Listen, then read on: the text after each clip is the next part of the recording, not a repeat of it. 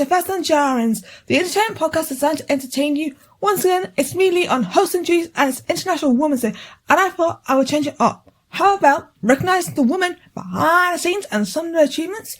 That's what Lee is talking about. Before I begin, I began releasing 5-minute reviews for Skeleton Crew weekly. Stick around for that. Plus, the BBC have finally confirmed the series to air date, and it's looking to be weekly again. And that's exciting. However, it's going to be released at 8 AM British Standard Time, and it will be broadcasted later on BBC One. It is going to be the 12th of April.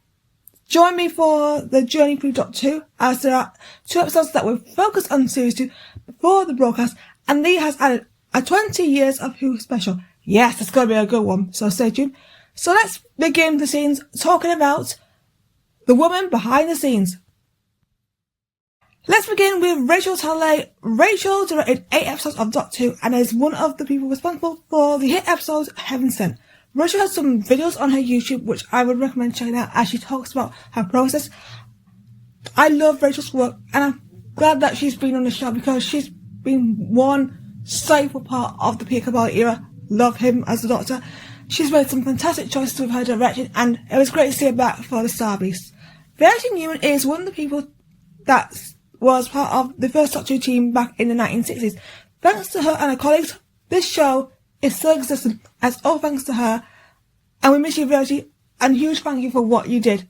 Rachel Morrison is a director, and she directed one of my favourite episodes of the third series of The Mandalorian, The Mines of Mandalore. She was responsible for increasing my love for Bo-Katan Kryze, played by Katie Sackhoff, who is a legend, and starting my Bo-Katan appreciation. I still love Bo now, and I'm going to give a huge thank you to Rachel because thanks to you, Bo is one of my favourites. Leslie Headland took a risk with her series The Occult.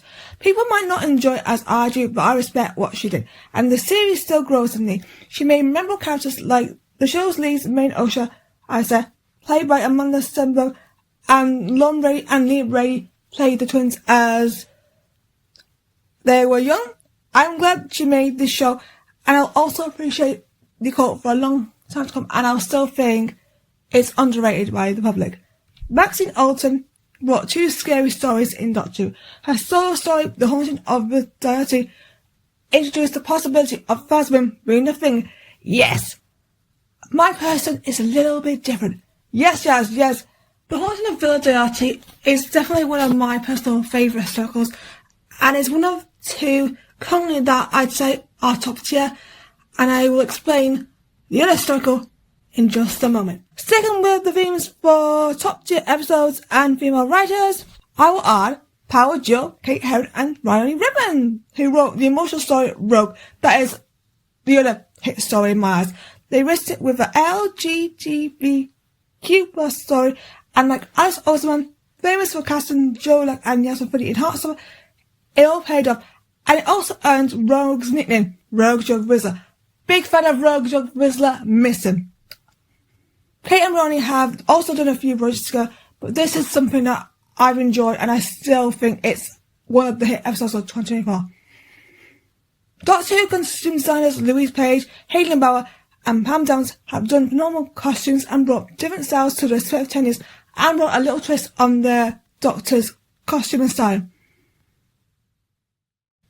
Shauna Tripp is well known for her costumes in The Mandalorian and Ahsoka, and she made some iconic costumes like Ahsoka Tano's white costume in Joe Warrior and Bo-Katan Kryze's Mandalorian costume in live action.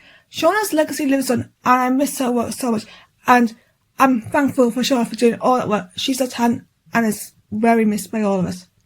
Sharma Angel Waffle is one of the new writers on Doctor Who this year. She has done a few shows, as I mentioned previously, starring Doctor Who alumni Freema Agyeman and Toes and Co. I can't wait to see what she does with her story and how she adds to her Doctor Who debut. Sarah Dollard has written 2 Doctor Who episodes back in the mid-2010s and brought some emotional moments, including the death of one of my beloved characters, Clara Oswald. I like what Sarah's done. She brought some fantastic scenes. She just brought this iconic moment in Thin Ice, which I still love.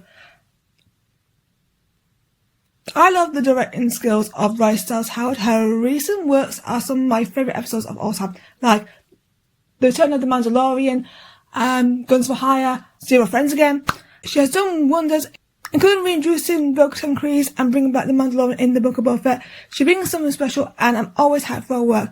One of her recent works means a lot to me personally when she wrote KB and her disability arc, and I still admire that scene, as there are some elements of KB that I'm like, and there are things I can't do, so I am grateful to that scene alone. Barbara Craig and Fiona Cummins were the first women to write and direct a Doctor Who episode, and that was in 1983 with Enlightenment. I still love that episode, and it's a brilliant one.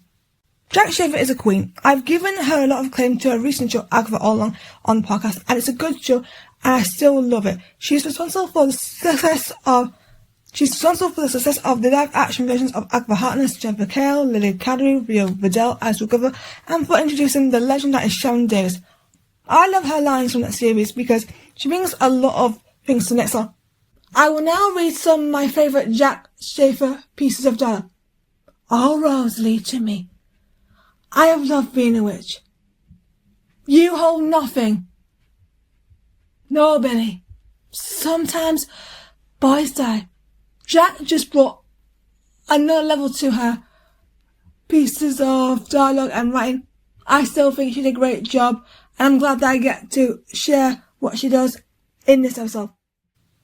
Kristen Anson Lopez is a half of the Lopez duo and well-known for composing Agatha All Along and multiple versions of the hit ballad of The Ballad of the Witch's Road. Still raving about it right now. I still listen to it, and I'm grateful for what Kristen did.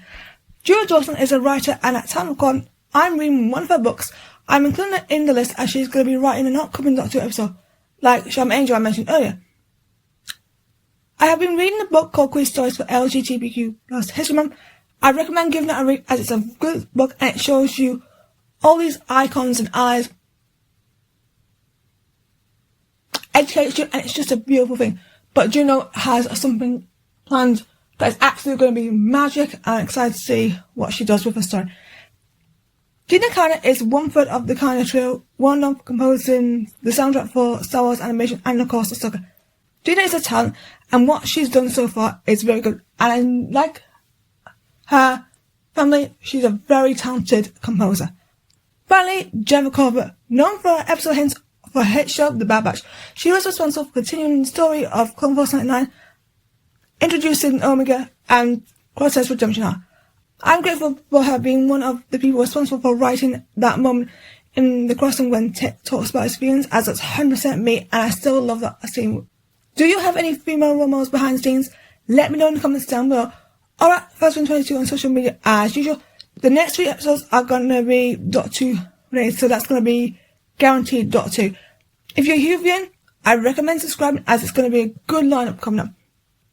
Thank you for listening, and I'll see you in my next episode. Goodbye, everyone. Thank you for listening to the podcast. Subscribe to Phasma and Jar